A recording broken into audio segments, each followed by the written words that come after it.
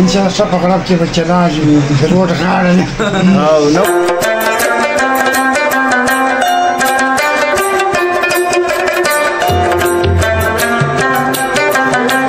دکانې وېس نوې دکان یې ستړی دی ان شاء الله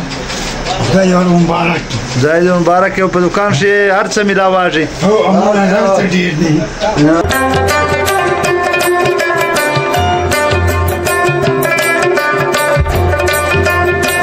د تیلو جلسې وي علي جلسې یو موده